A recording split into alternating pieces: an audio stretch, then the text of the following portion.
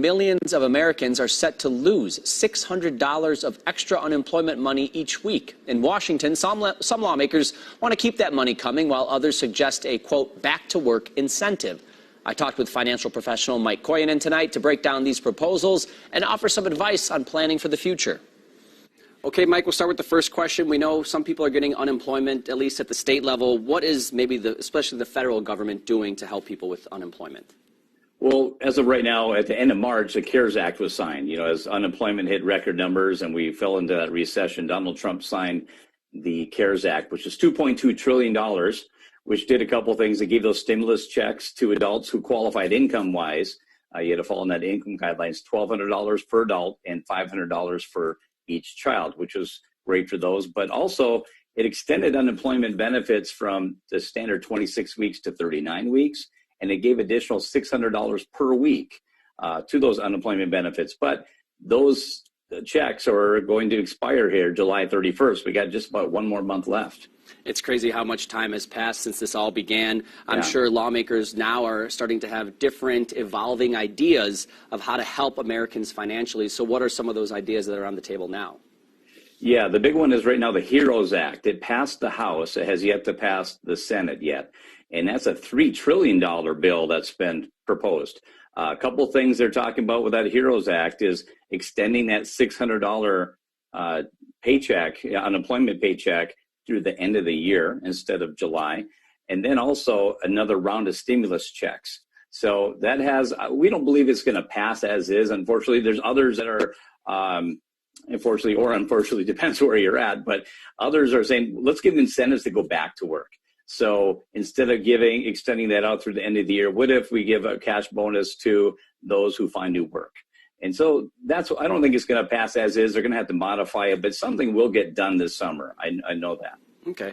And without knowing what Congress will eventually agree to, is there anything in particular maybe we can do right now to prepare ourselves financially? Those people who are looking at the calendar, wondering when that money will run out, if more money might show up? Right. We talk about budget a lot, but again, this is really a huge topic, and take it serious. That gives you that financial security in a very unsecure time that we're in, unprecedented time to do that budget. And what a perfect time of the month to do it, because we're at the end of June right now. So go online and look at your debit cards, your checking account. What have you spent for the month? Your credit cards. Add up all your expenses and all your in the income. Then hopefully you're in the black. Hopefully you're not falling short every month. If you are, you're going to have to cut out something. And the easiest ones usually to cut out is entertainment, dining out, and that type of entertainment budget.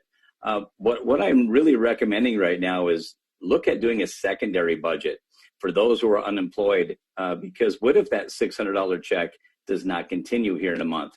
You should do a secondary budget to make sure you have enough funds to get through.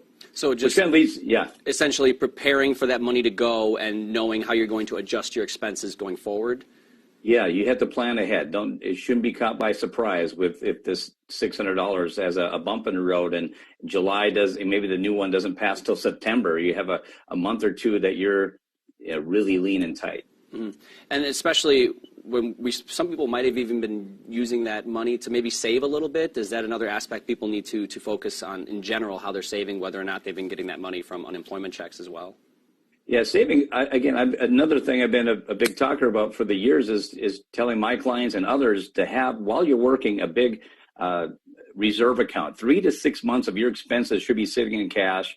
I know some people don't like that because it's not earning enough. I said, that's not the point of that. It's that peace of mind money. Or while you're retired, 6 to 12 months of your expenses while retired. Now, this is the perfect time to be using that money, because if you're falling short, we don't want you to, if you're unemployed, to be taking that money from your IRAs and 401ks. I mean, that's a last resort. And I know the CARES Act allows you to take up to $100,000 without penalty now if you're under 59 and a half. But again, that's last resort. This is the best time to be taking money out of your cash because it's not fluctuating with the market, because the market lost 34.5%. And we're down today, as of Friday, we're down still a little over 11%. You have to remember, if your money lost 30%, maybe you're not the same level of risk as the S&P 500 or Dow Jones. But if you lost 30%, it has to come back 43% to get your money back to even. So we have yet to do that. So this is a time to be taking money out of your cash that you've already paid taxes on to allow the market to recover before you access that. And the same thing for retirees as well. We've been telling our retirees to do the same. Pull the money from cash reserves, money you've already paid taxes on, to allow the market to recover before you access that. Otherwise, you're just compounding the problem. You're locking in losses. Just like you sell a house in a down market, you're selling your investments in the down market. We don't want you to do that. And not to ask if you can predict the stock market, it was just a couple weeks ago we had the incredible jobs report and we saw a boost, and then now we're seeing the rumblings of coronavirus cases picking up around the country right when people were maybe thinking about traveling again. You know, how do you advise people to navigate how things are changing, it seems, by the week right now?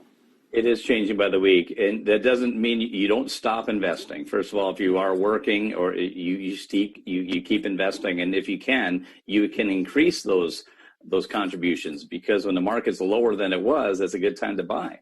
And so keep pressing on. We can't control what's going to happen in the market, but we know long term. When we look at history, when we go through some recessions and some drops in the market, it comes back and always comes back stronger. So we know long term, if you have time on your side, just put your head down and grind and don't worry about it. All right, Mike, as always, thank you for this sound financial advice. Thanks, Jeff.